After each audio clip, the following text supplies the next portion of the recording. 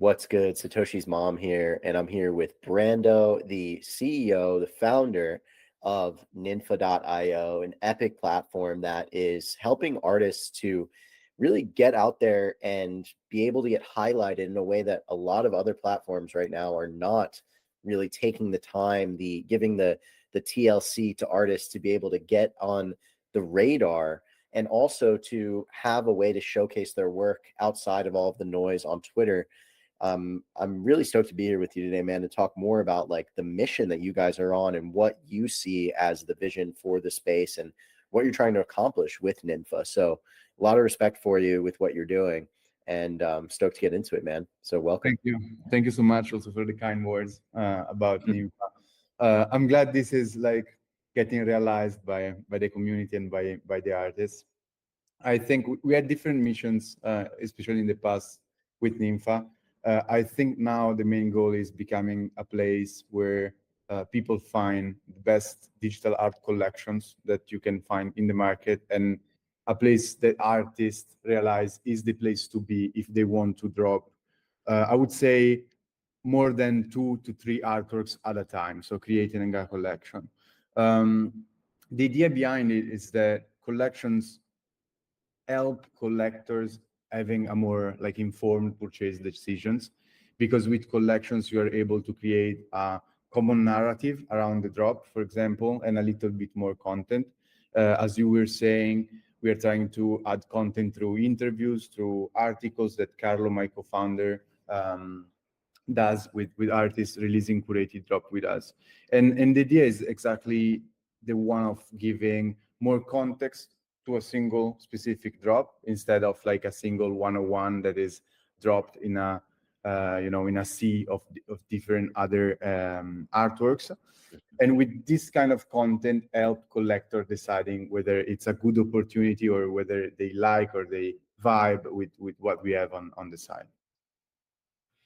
Yeah, I love the approach. It's like a small series creates more of an understanding and gives that like contextualization of the works much better than these one-off drops where you bring out the marketing team, like you bring out all the energy. I'm talking about like the one-man artist marketing team that's like, I've got the drop going, promo it, and it's just that one piece. But like only one person will be able to get that piece, if it's a one of one. Mm-hmm. So I like the strategy you guys are taking. So when did you get started and how did it all begin? Like when did you see the vision for NINFA? I think that the last vision, which is like we of course as every startup, especially Web3 ones, which must deal with a super dynamic market, we evolved over time. I think this gonna probably be our last, let's say, evolution, our last mission. I think all started up with thematic selection. So we always had the dream of being and the vision of being a curated marketplace. So we always selected and scouted what we thought would be the finest artist in the ecosystem. And after a while, we realized that there was the need to produce content on our own. And at the beginning was curated selections, which were actually also paired with physical exhibitions at the gallery, but were multi-artist thematic selection. So we define, I don't know, there's a few one on NINFA, for example, glitch art exhibition, or whether painters exhibition or AI exhibition, you name it, And we realized how that kind of focus, so a thematic focus, was helpful to every single artist present inside the drop. But we thought there was something missing. So there was still too much noise, let's say, for the single collector to actually understand what was going on. So what we decided was to also with the gallery, like bridge and move towards having solo shows. And at the beginning, those solo shows were a mix between already minted pieces, already maybe available on secondary market, but let's say not listed on NINFA at the moment, and then new artworks. And then finally, it all evolved into having curated collection on the site. And yeah, like if I have to look back, it's a smooth evolution. And at the same time, it's really easy now to think about collection as a superior way to drop NFTs and artworks versus like a single one-on-one dropped every weeks or whatever, because what you were saying. So I think that the context and the narrative and the marketing effort and also the hype you might generate for a collector and in general for the drop, it's far higher. So it was an evolution. Yeah. I think like you guys are doing something that other marketplaces aren't. You have a unique edge in that you are taking the time to work directly with artists to showcase them on a curated level, but also open to everybody, and basically being able to like proliferate the mission of what we're doing here. Mhm. And doing that in the unique way that you are, I think adds a lot of value for the artist specifically, because you're creating a thing where like people will be like, oh, I haven't heard of that person potentially before, but like they have really good work because you guys are curating the work. So you're not just doing it with anybody. So like that opportunity to help lift up artists while also getting yourself out there as a platform to just further and further and further. I love the strategy that you're taking. So like I said, a lot of respect for what you guys are doing for the artists specifically. So what is like your philosophy or take on the way that you're doing this, as far as like you're basically starting with the artist? You're not looking at it from like a point of like, how do we monetize the most? It's like you're doing it the opposite of what the other platforms are doing. Yeah, I think like the key thing is that like if a marketplace, of course you always have to focus on both, on artists and then of course on collectors, because at the end, otherwise we wouldn't have successful drop. But at the end, a marketplace without the artist would be an empty one, especially now that you have like friction and let's say the artists are switching marketplaces every now and then, there's no barriers, there's no contracts, there's nothing. So the only way you can establish a good relationship with the artist is creating a relation, which is something that seems stupid and basic, but actually I think and from what I heard from the market, a lot of people think marketplace or platforms are not actually paying attention to the users in general. So they are not taking time. Like when we started out, we now are almost like invite based, but at the beginning we had applications, and each application ended with a one-on-one call with someone from our team, because we wanted, it was not necessarily like a screening a screening interview, but it was more to get to know the artist, to understand that he was an artist or she was an artist. It had like an artistic vision. It has an artistic narrative. So it was here for the longer term, not just people randomly dropping stuff. So we always paid attention on creating like human relationship behind the platform and behind the drops and whatever.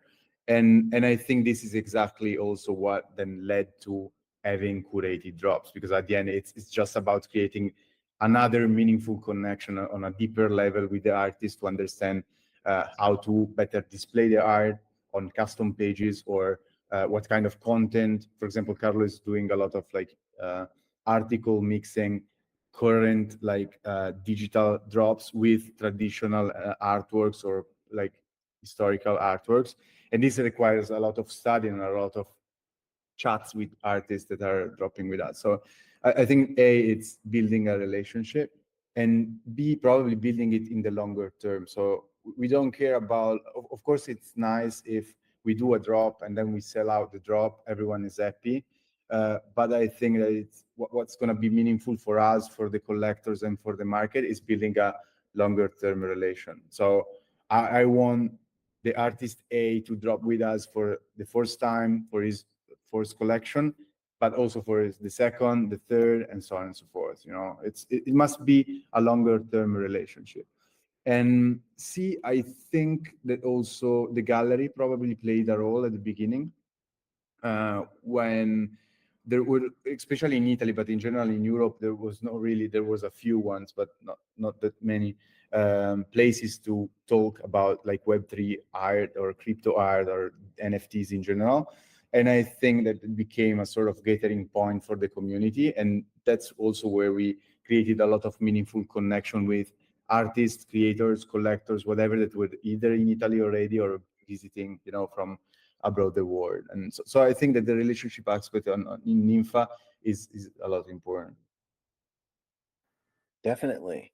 And like that's the thing you guys have as an edge that other markets are just existing, and artists go there because that's where they've been going, Yeah, of course. Yeah, I think at some point people will be bored about using just like an interface, even because, I mean, even from a builder perspective, you can compete only on fees, on saying, okay, my solution is, I don't know, cheaper than yours, so every art is gonna breach to my solution.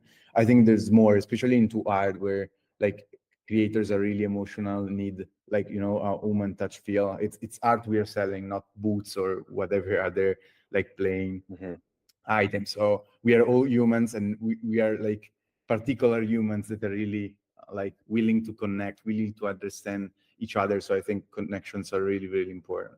Then of course the technology, the UX, the design, whatever, must be like, smooth and everything. We are now like, I think that our product will be on 3 different layers. So as you were saying, there is like the typical, the basic marketplace layer, which is like you want to drop one-on-ones or editions or whatever on your own, one by one, do it, no worries. Once we select you, you're of course free to use the marketplace as you wish.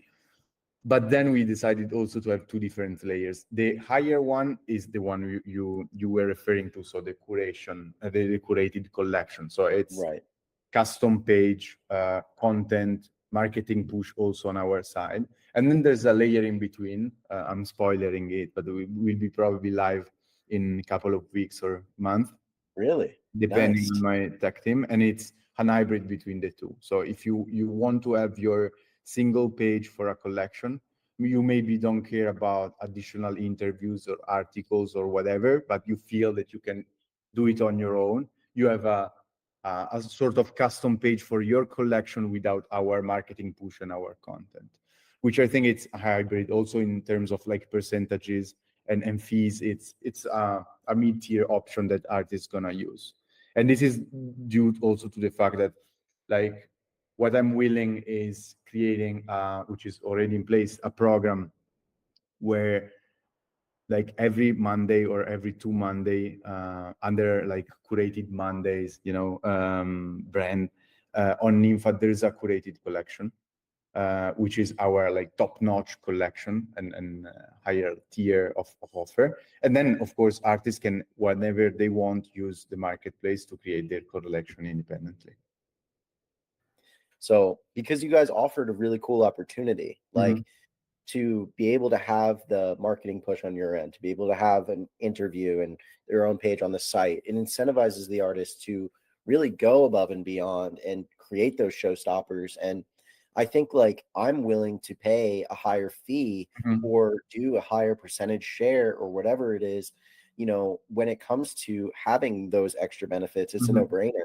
And other marketplaces are not taking those initiatives. Like Super Rare, for example, they do some interviews with artists and do some showcasing, but they're not doing series showcasing. They're doing mostly one-of-one works, and that's cool. But the strategy you guys are taking, I think, is the next meta of sorts for artists to start digging into. I think it's like creating a series over creating one-of-ones. Yeah, I think that's exactly our bet. I mean, I think there's no like good or wrong, strategy in the market. It really depends on how you are positioned, the kind of platform you want to build.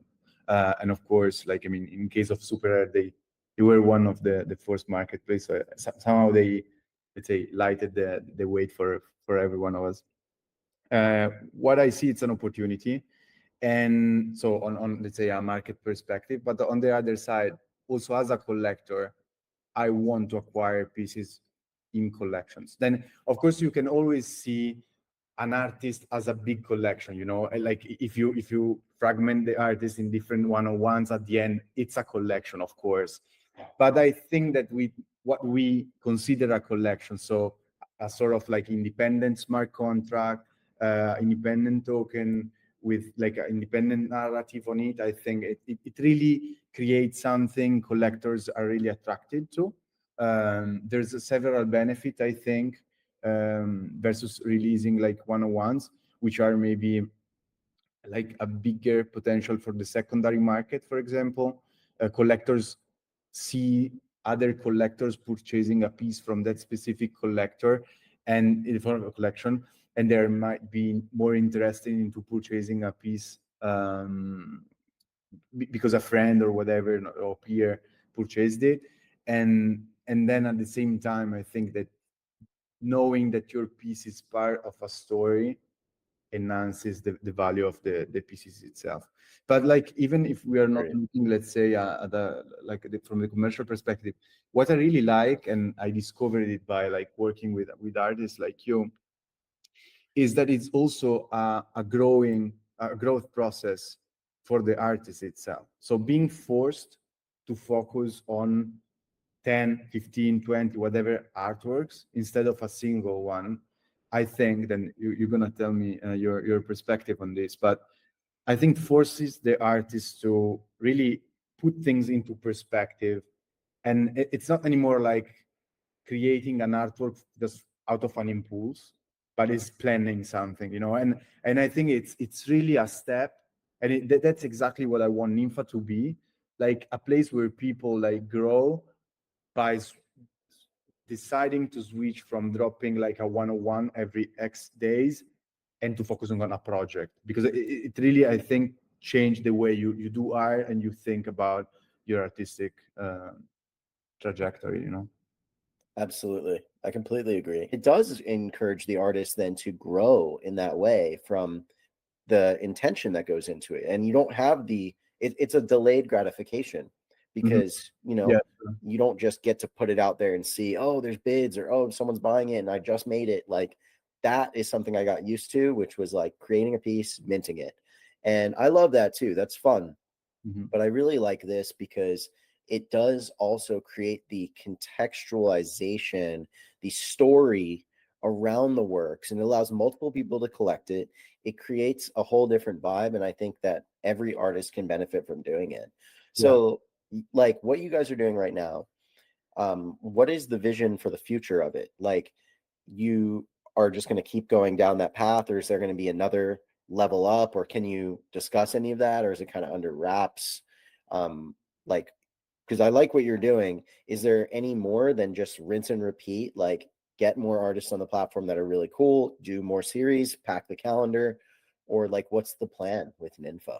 Yeah, I think it's a mix between what you said. So first of all, of course, you need to like establish and secure the foundations. So for sure, we're gonna pack the whole calendar with curated Mondays and curated collections that are really relevant, and of course increase so we switch from, it's not necessarily like increase the amount of artists we have been working with. I'm not a big fan of like huge platforms. I think, and open ones.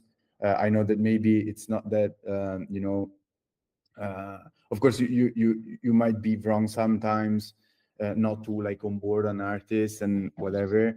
But I think that open platforms tend to dilute the quality of every single artworks that is actually listed on those platforms, because at the end there's too many things to look at, and for the paradox of choice, you end up not choosing anything. So it's really hard to navigate like huge marketplaces. We have been pretty selective, especially recently. So we have moved from an application model to an invite-only model, where like there's not really a way to enter into NINFA. It's either like, I like what you're doing, Carlos, like the team itself or the community. So collectors or artists that are already on NINFA, like a friend, it happened already, and they tell us to grow. I mean, I wanted to grow as a community rather than being like, target oriented, where I want to have 50 new artists every single week or whatever. So I think also growing in this like kind of organic and community way, it's a key for the future. As I told you, we are probably releasing this, let's say, we call it custom independent collection tech suite, where we can scale a little bit more what we can offer as a collection. And then I think that I think that actually, like, apart from collection, the biggest problem in the industry right now, it's fragmentation. So you have tons and tons of platform, generic like open marketplaces, art focused open marketplace, vertical focused ones, curated ones that are only on art, as that are maybe like art focused but horizontal on collections now. And so I think that it's at the end a super confusing industry for someone that approach it like for the first time, or even for a navigated artist that after a while have like 4,000 different profiles, and each profile Right. plays something different. This is something that some platforms like Deca, for example, I really like their platforms, and are trying to tackle as a problem. We tried it as well with NINFA, in the sense that we allow now the whitelisting of every like manifold and transient lab contract. Super rare foundation tokens are also Nice. visible on the platform, and probably more in the future, because I think it's far better to like scout what to scout artists if you can find whatever they have created in the past 4 years on a single page, instead of having to navigate Yes. 20 different ones. So I think this is another step we probably are like focusing on, but it's not part of, let's say, the core strategy. It's more finding additional services and features we might add to the platform to help collectors and creators alike. Even because if you are able, I think, to have your single profile on a single page, you're gonna probably use it as a sort of link tree for your art. So you can share your NINFA profile with whatever manifold, transient, or whatever token you created, and you have your entire profile where people, since it's already connected to the marketplace, is also easy because people can start bidding on a single piece independently of where it was created. While I think that other platforms are a little bit more reluctant to have different kind of tokens. And then I think that the other big elephant in the room is probably discoverability. So I think that marketplace, Definitely. we experimented a little bit now with genres, and then we are working a lot on browsing by collection instead of by one-on-ones, of course, because of our strategy. But I think that in general, discoverability now in the market, it's really, really bad. Everyone spend time discovering on Twitter or on social media in general, Web 2 or Web 3, instead of discovering stuff on the marketplaces directly, where it's actually, this should be actually the places where you discover stuff, you know? So I think there's a lot to do on that side as well. We've been experimenting a little bit with AI, for example, to understand what we could do on that side to facilitate the discovery process, or maybe the suggestion system of the marketplace. But I think, yeah, this could probably, like, apart from collection, which are more, let's say, a product level innovation, I think other big opportunities are discoverability and aggregation. Absolutely. I think, like, on your first point of having the aggregated works, everything together, for me, actually, surprisingly, OpenSea actually has a really good way for an artist to have all their work together on their created tab. Yeah. And usually I'll find an artist I like and I'll go to their created tab and I'll sort it from lowest priced now to highest, and then I'll be able to see like what they have available, what's their cheapest, maybe potentially a really good snipe of a piece that's available. So I like that. And like Deca does a good job too, but I think it can get really hectic on the Deca page with so much stuff. But also Rarible back in the day when NFTs first kicked off, they, well, not first kicked off, but they were getting really popular early 2021, Yeah. late 2020. Rarible had this really cool way of the discoverability on their site, which I believe that they have changed at this point, but it was literally like an Instagram feed, but like it was based around when they posted it. So like if you posted, it would be at the top, and Mhm. then you can just go down through like the time of like who posted, and it's just whoever you follow. So it's like Zora has that way of doing it, like the Instagram style. I Mhm. love that, but I don't like what they're doing with cheapening everything down to nothing. I don't think it's beneficial for everybody. Mhm. I think that it's better to take the approach that you have, but then to take the things that are working from the other platforms, like the discoverability on Zora.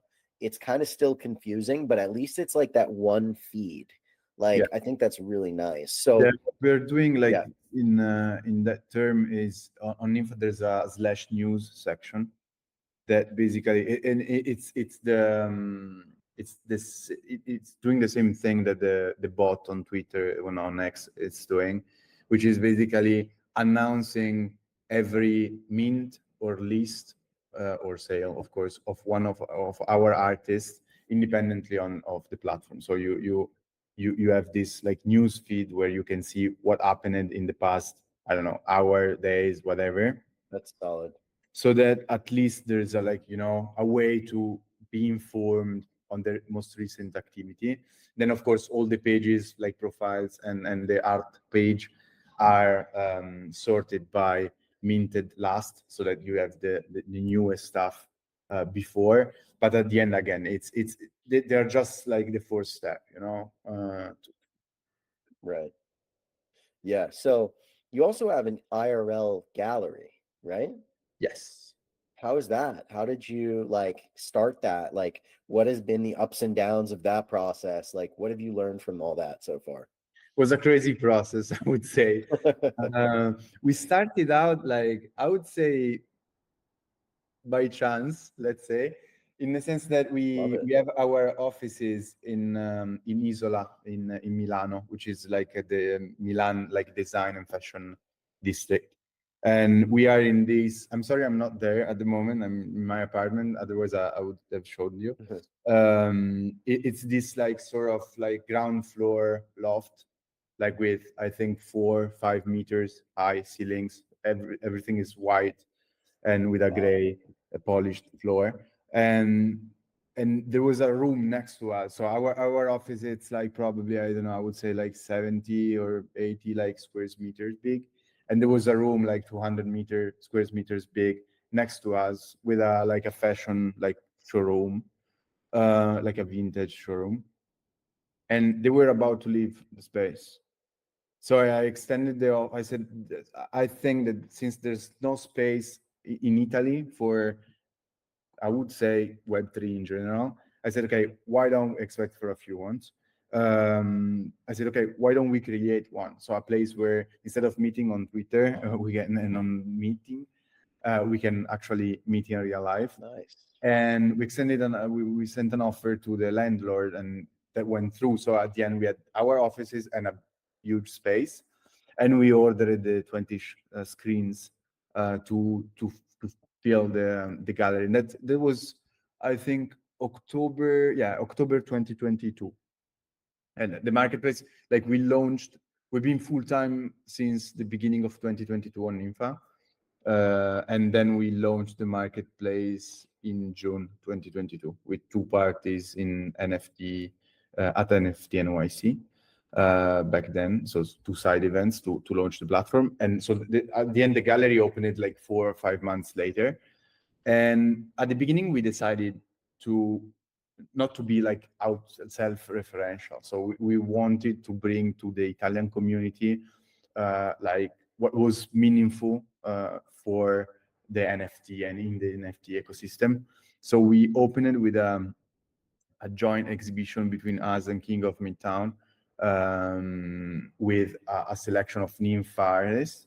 Then we did a second show with VVD on like a Pepe team drop, which was a Pepe team Nice. exhibition, which was amazing, We had a lot of fun, and there was a lot of people like which were really curious about that thing because it's really Web3, you know. So even Tradart people was like, "What? What's that?" Love it. And we were explaining. It Oh was yeah. really cool.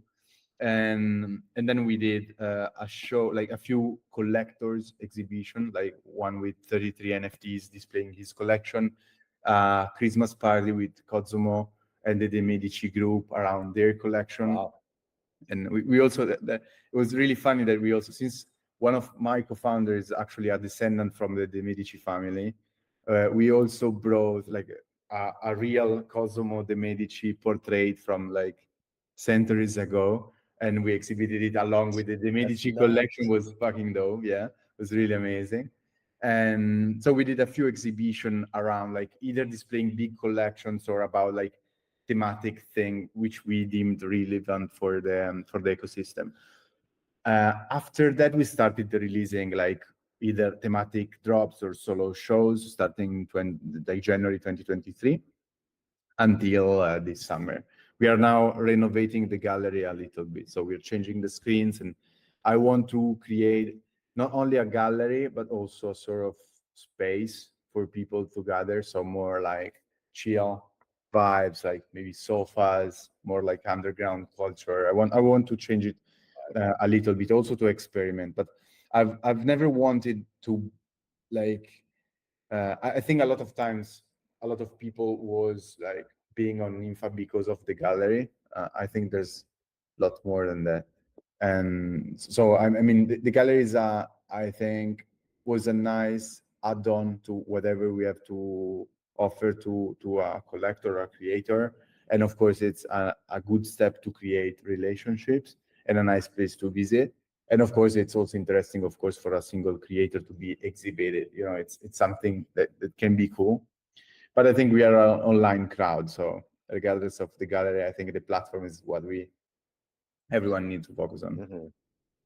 I love the IRL aspect though, because it really like IRL events in this space For really me, are always awesome because gotcha. the online presence is one thing, but then seeing people that you know online and you put a face to the name or That's like super cool. Yeah, it's just amazing. So I love that you guys are doing that.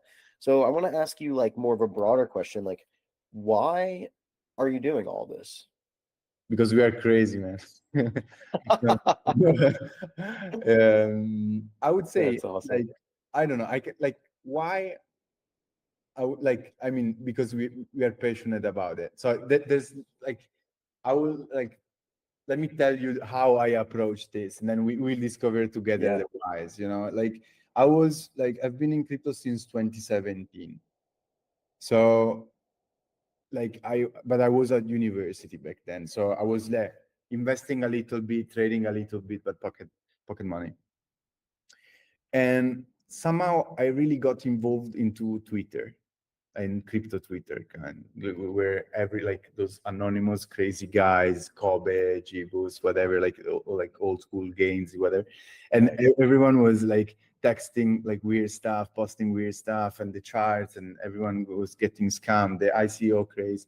So I don't know, I got in love with like let's say Web3 in general, but I was more focused on crypto. I bought my first NFT in 2017 from OpenSea. Was not a punk, however. It was a weird thing that is worth nothing. But I don't know. I really loved like playing a little bit with OpenSea and with the fact that there was an alternative to like crypto asset, like ERC20 crypto asset. So I really like that, but I never like really dove deep into it. So it was just like I randomly bought one, and then the bear market started. So and I think it was the time when I graduated. So I went to work for Amazon for a while. I was in charge of like scaling Interesting. vendor and platform processes. And then I had this sick passion for like strategic consulting. So I moved to Boston Consulting Group, which is an American US based Yes. consulting company, for 3 years. So I spent from, I would say, most of my time like doing projects in retail and digital transformation worlds. And I always, of course, paid attention to the crypto ecosystem. I started trading back like in 2019, where we had like, you know, that like Bitcoin started to reach back to 13K, whatever. Then we had a slower second part, I think, of 2020 to 2019, ending up in 2020. Then there was COVID. I remember, I think I was in a project in Greece, like in the mid of the airport on like a transfer bus, and everyone on Twitter was talking about like Uniswap airdrop. I was like, wow, why? What's that? What's Uniswap? And in that moment, I remember that, of course, it was like a decent airdrop, and not like life changing, of course. But I started like betting that money again, trading and buying stuff again. And I think that when I saw also the DeFi potential, I started being involved into crypto again. And I decided that I wanted to do it full time at some point, but I didn't want to move full time, even because I don't have the skills to do it as a trader or as an investor. I wanted to build something, even because I don't know, like after a few years in consulting, you get exposed to a lot of nice stuff, but I think that you really want to create something on your own. And at a certain, like when those two things were aligning, NFTs started to pop up a little bit. I think I bought like a few cool cats for like $200 or something. And I said, wow. And in that, because I think that, of course, there were punks already and many more stuff. But I think that also being a gamer since ever, I think that I finally saw how digital assets could be certified and owned for the first time in history. And something clicked in my mind. So I said, okay, let's build something that is around NFTs and not around like crypto, like DeFi or whatever. And then like I always been attracted and involved into the art ecosystem because my father-in-law is like a collector and an artist. And so I, since I was a kid, I always spent time into museum, at Biennale in Venice, at like many exhibition, dinner with a lot of galleries. So I think that I've never studied art like Carlo, for example, did. But after a while, I think that, I don't know, like stars aligned. So there was like this love for digital assets as a ex-gamer, love for Web3 in general as a trader slash investor, and passion for art because I was born in it, and all aligned together to let me think that I wanted to build something in Web3, in NFTs, and focused into to art. And we started like brainstorming a little bit what could we could have built at the time. And at the beginning was me and another guy that then actually left the company. And I involved Carlo and Cosimo later, and then Lorenzo, which is our fourth co-founder, is actually a first hire, and then became a co-founder. But it was fun even because me and Carlo and Cosimo have been knowing each other since we were 16. We were partying together, but then like somehow took different directions, and then we came back building something in Web3, which was crazy because we have complementary skills. That's sick, man. I didn't know that Cosimo was a co-founder of NINFA. Yeah. That's dope.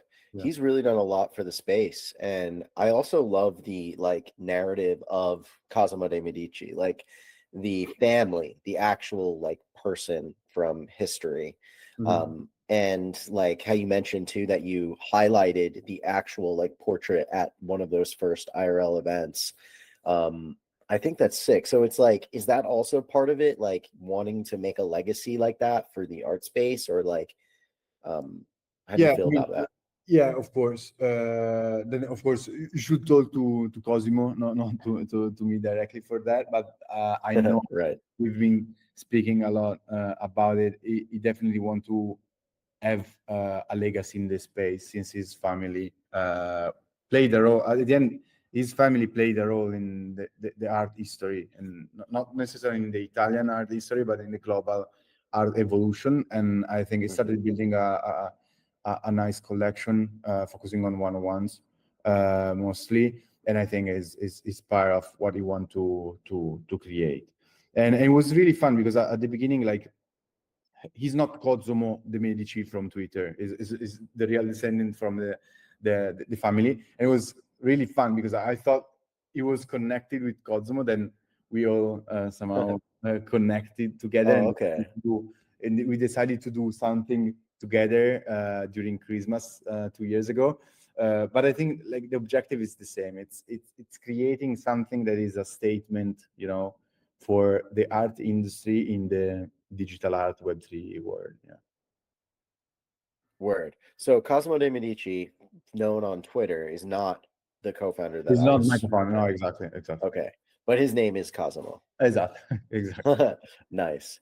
Yeah, like but still, even so, like that the whole entire history of, people championing artists, lifting up artists, it's the similar thing that you were doing. So I love the whole entire mission. Like, what challenges do you see that lie ahead for NINFA as you grow, and like for the space as a whole, not even just in NINFA, like what challenges do you think that NINFA can help solve, and what's ahead for the space? I think in general for the space, what we should focus on, it might be granted, but it's actually building stuff. So like a lot of times I see people in general, regardless of the role they play in the ecosystem, saying like, yeah, I'm waiting for the bull market. I mean, of course, I do get the point, but what are you waiting for? I mean, we are the ones supposed to build it and to create it. Like there's nothing to wait for, So I think, and that's a challenge actually, because there's a lot of people that are still waiting for something. I don't know, as an artist, how can you wait to create art, or as a builder, wait to create your platform? I don't know. But I think we should all like keep doing our stuff, and for the future, for the legacy, for history, and because when other people, like outside people, is gonna come over, we'll see like a glorious market where to learn new things, buy new things, and so on and so forth.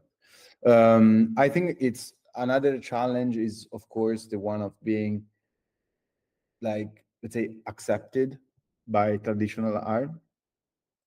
I see two ways here. Either we create our own market. I think digital art and NFTs are going to be 10 times bigger than the traditional art market in the future. There's a lot of like synergic industries that's going to bring a lot of people, gaming, like in general, like internet culture. It's far Right. bigger than like traditional art collector. So we can bridge a few collectors, but I don't necessarily feel that we need all the traditional art market to convert to digital art in order to thrive and to survive. But in general, I think it's an important step to create, to, I don't know, like give a little bit more allure to our market. And I think there's a lot of like good like platforms or collectives that are really doing a good job with physical exhibitions, in real life stuff, like also joint activation with traditional art, like leaders as Christie's or Sotheby's can do, are. So I mean, there's still a lot to do in order to be accepted by trad art in general. I think there's a lot of potential into going more fairs. For example, we did a few ones in Italy, both as like speakers and as exhibitors. But I think it's like there's a huge technological gap at the moment. Probably a few solutions gonna help with that. But like in order to onboard a traditional art collector, it's gonna take some time. Even because we are looking at, I think, at two different crowds. So while like digital art people / NFT Web3 people, it's highly likely in their 20, 30, 40 in general. I mean, like if I have to look at the average, if you look at Radar, they are far older, and maybe they don't care about, like, I don't know, having a wallet. They don't want to have crypto and so on and so forth. So I think that there's still a big gap to have technologies we are really easy to use. So we experimented, for example, a little bit with credit cards, transactions, but you still need to have a wallet. You know, maybe with account abstraction and a few more like innovations, we're gonna end at a point where someone really can have a independent proprietary wallet that do not need crypto and can I don't know, can use credit card transactions on. There are a few like suppliers offering solution like that, but I think there's no really something that you really see wow. Right. It will take time, but I think this is a necessary step to to address before, you know, really onboarding a lot of Tradart people. Another good thing is looking at the relationship between physical pieces and digital art. At NINFA, we actually like since we are digital natives and because of the story I told you, I want digital art to be a success without physicals. I don't want. I'm sure there's a huge use case for NFT to be like the stamp or the certificate, you know, for a physical artwork. But I don't want NFTs to be diminished to just that single use case. I want NFT to be the asset itself and the artwork itself. That's what I really like. So on NINFA, we prefer to handle digital. Then there are a few cases where the artists also want to ship the physical.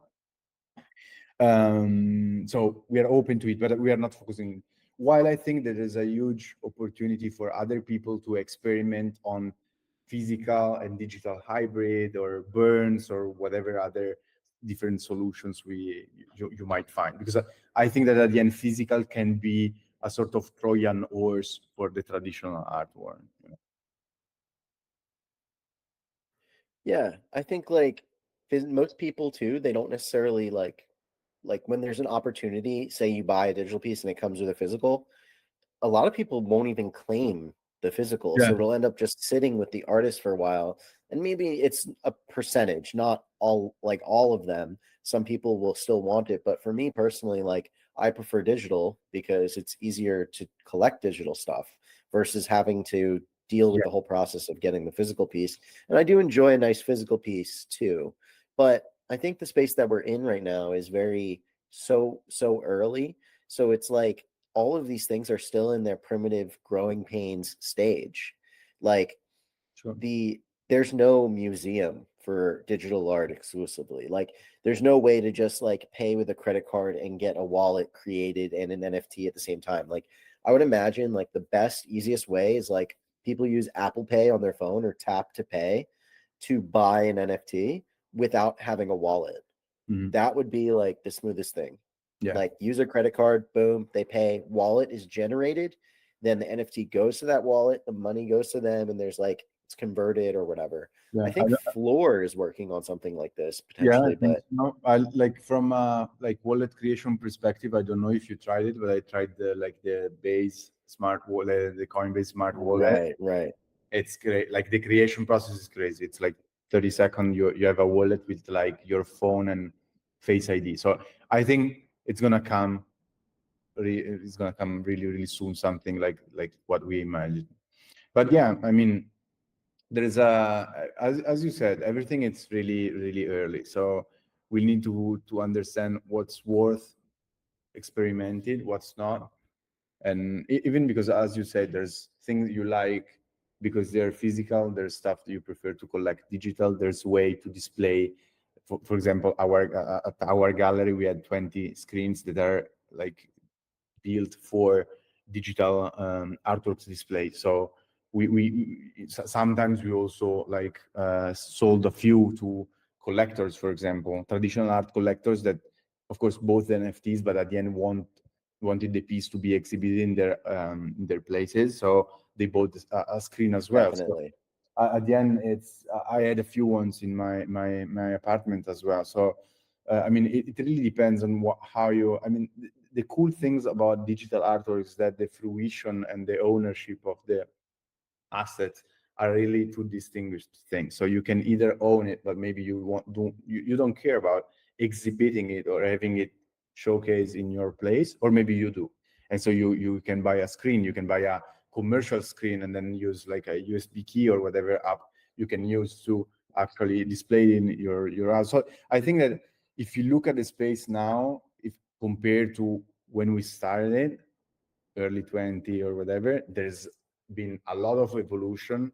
There's been, like, even think about when it was 2020, everyone was using marketplace own contracts, for example. Now dropping on your own smart contracts is a standard. So for example, we completely removed our, like, even our own, like NINFA deployed, like creators own smart contracts, we removed them.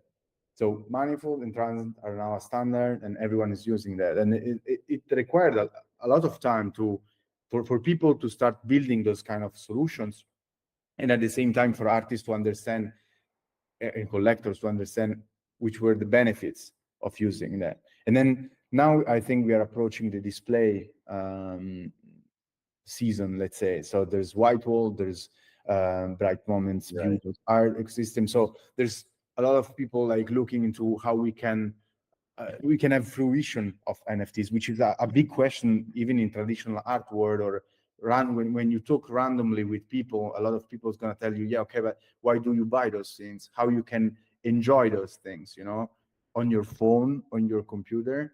Yes, of course, but to some extent, it's not enough. So there's, you know, an additional layer to displayability. Then there's as we were saying, wallet creation and payment. So there's tons of different layers in the ecosystem that needs to be innovated.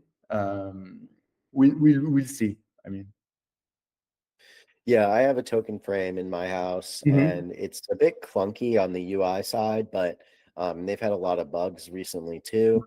But white walls is definitely very promising tech. Yeah. Love to see them growing.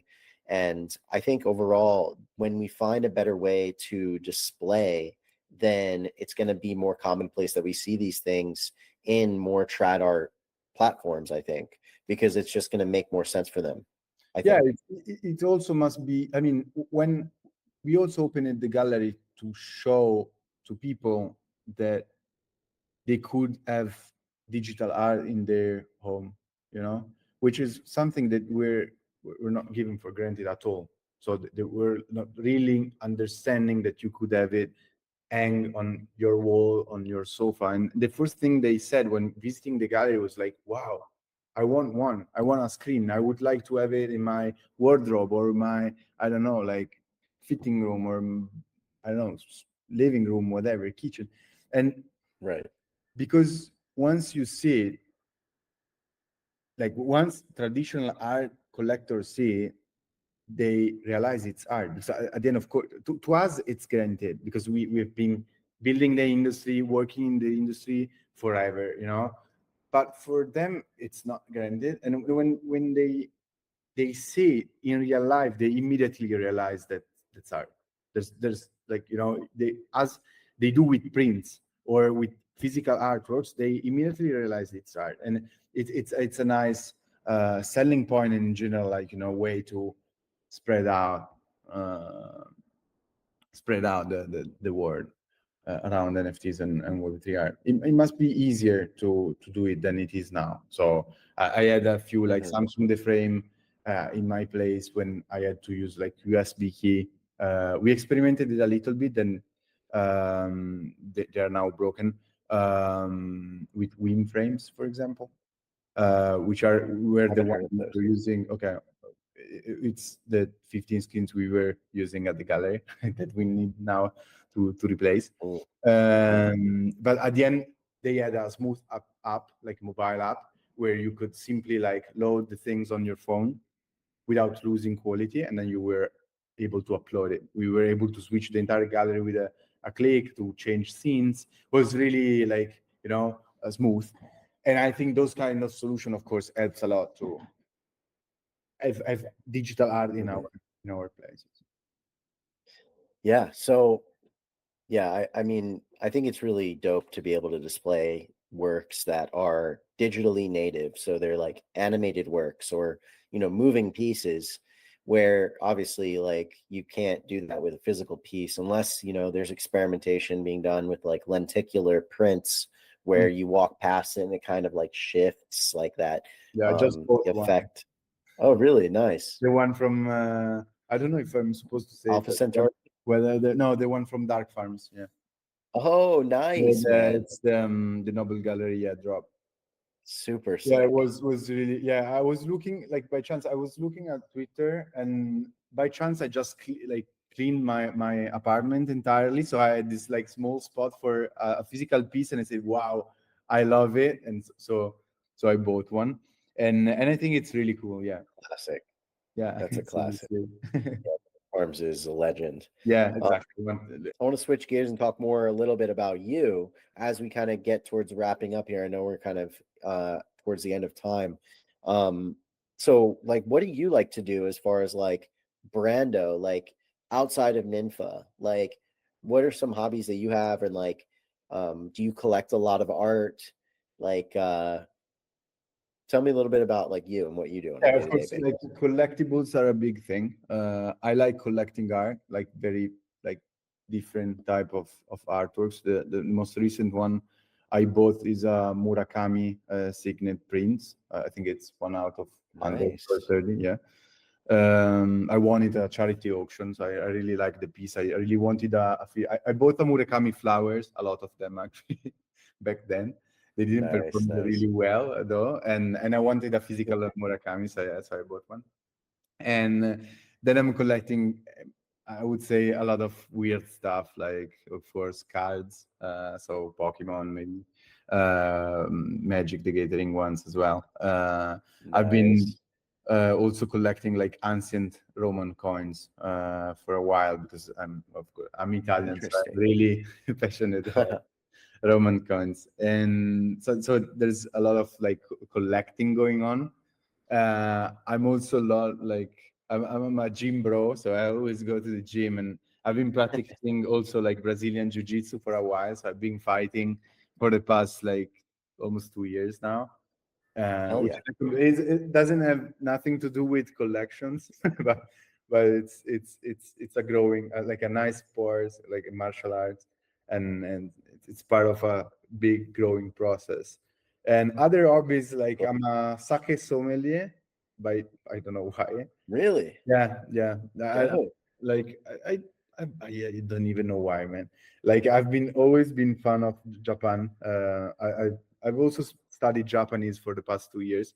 And when it was 2017, so almost when I started crypto, I was in Milano in this place called Sakeya, which is like a sake bar, and I was sipping sake, and at a certain moment, like the bartender told me there was this like course, which is a course for actually like bartenders or like sommelier, not for like amateurs like me. But I said, okay, fuck it, let's study, and I did like an intense, like I think was 1 2 week course.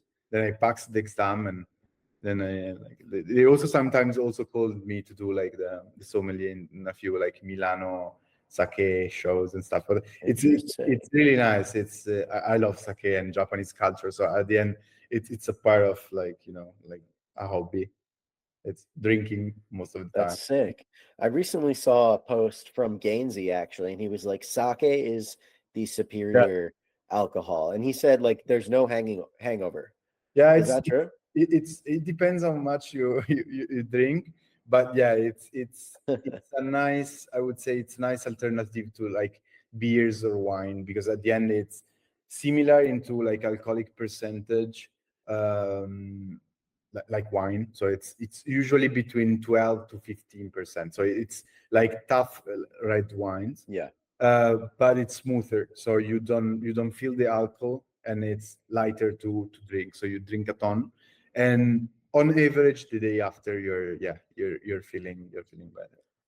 Then Have you ever heard of Sho Chiku Bai no. sake?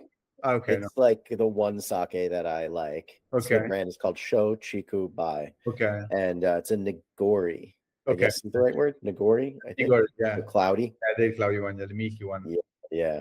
Yeah, Um, I do like I Nigori. haven't had it in a while though, Uh, but yeah, yeah, now I'm feeling I inspired. like I don't know how's where you're from, but like in Italy, sakes are really expensive though. Like for the like it's I would say 3 to 4 times the price you would have Oh wow. them in Japan. Yeah. While I think it's the same for Italian wines in Japan. You know, it's just because of logistics and stuff. So it's really hard here to get like super nice sakes, like I don't know Dasai or Nambu Bijin sakes here in Italy for affordable price. Yeah, That's that's cool. cool. Yeah, a lot of dimensions to Brando beyond just, pioneering Thank with God. it's definitely key though, man. Like we live in a space where, and also just an environment in a world where we're just chronically online. You know what I Mhm. mean? Like, so having these hobbies and interests and drives outside of just screen related stuff is so important to our like livelihood, I think, as a whole, too important to our mission too. It gives us like something to kind of have that duality, I think. Yeah, So I'm a big believer in that. But man, like it's been amazing having you on, thank and I you. really appreciate the time.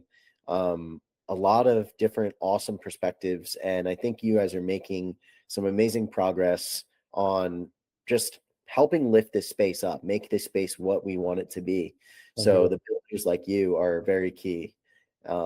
So mad respect, man. Thank you. Thank you so much for your time, man. Thank you. Had a blast. Hell yeah. Well, dude, I would love to have you back on if there's any Whenever other you like, want. future advancements with NINFA. Brando, I appreciate you, man. Take And care. have a great day, dude. You Thanks too, for coming bro. through. Take care. Cheers. All right, man. Ciao. Ciao.